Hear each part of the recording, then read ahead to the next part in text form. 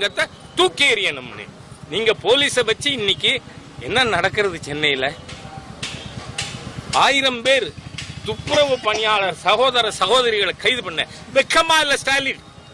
ஸ்டாலினுக்கு வெக்கம் இல்லையா? இந்த நகர் நாரிப்போம். துப்புரவு பணியாளர்கள் நம்ம ஆரோக்கியத்தோட இருக்கோம், நம்ம சுகாதாரமா இருக்கோம்னா அவர்கள் காரணம்.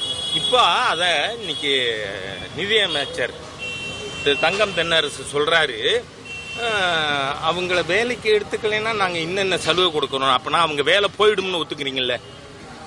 நீங்க கான்ட்ராக்டுக்கு கொடுத்தா they will lose their job. There is no job guarantee.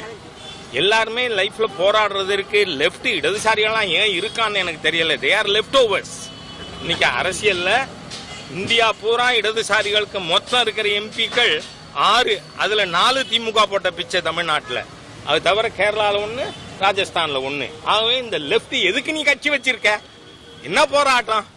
இன்னைக்கு தமிழ்நாட்டில் மிகப்பெரிய அராஜகத்துல 1000 போலீஸாங்க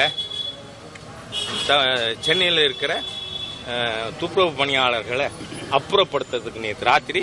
ஆகவே இந்த anti people state government of Stalin has to be removed. அதனால தமிழ்நாட்டில் ஒரு அராஜக ஆட்சி நடக்குது.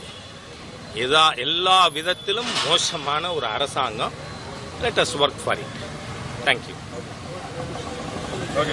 ஓகே.